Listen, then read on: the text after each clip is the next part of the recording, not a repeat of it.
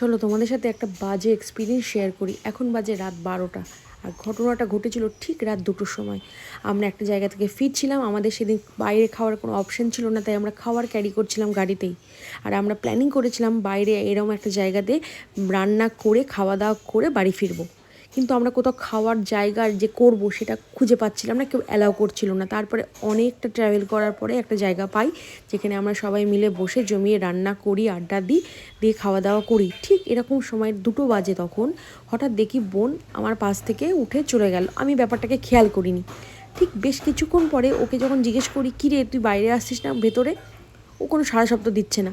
আমি গাড়ির ভেতর গিয়ে দেখি ও মানে মুখ চোখ একটা শুকিয়ে গেছে, ও কথা বলছে না। আমি বললাম কী হয়েছে বল, কিছুতেই ও বলছে না, কিছু না কিছু না কিছু না। অনেক প্রেশারাইজ করার পরে ও কিন্তু বলল ওর শরীরটা ভারী ভারী লাগছে, এই জায়গাতে কিছু আছে, তোরা এক্ষুনি এখান থেকে বেরিয়ে চল। আমরা বলছি না কিচ্ছু নেই, তোর এটা ভুল, তুই আমরা সবাই আছি, আমাদের কারোর কিছু হচ্ছে না, তোর কেন এমনি হচ্ছে? বলছে হ্যাঁ দিদি এখানে আছে, তোরা কিছু ফিল করতে পারছিস না কিন্তু আছে। তারপরে আমরা এদিক ওদিক ঘুরতে থাকলাম, কি হয়েছে কেন আছে, ওর নাকি কিছু শব্দ পেয়েছে, ওর শরীরটা ভারী ভারী ফিল করছে, ও এরকম আগেও পেয়েছে, ও এটা পায়, কিন্তু আমরা এরকম ফিল করি না। তো তোমরা যদি আরও কিছু জানতে চাও, নেক্সট ভিডিও আনবো তোমাদের জন্য।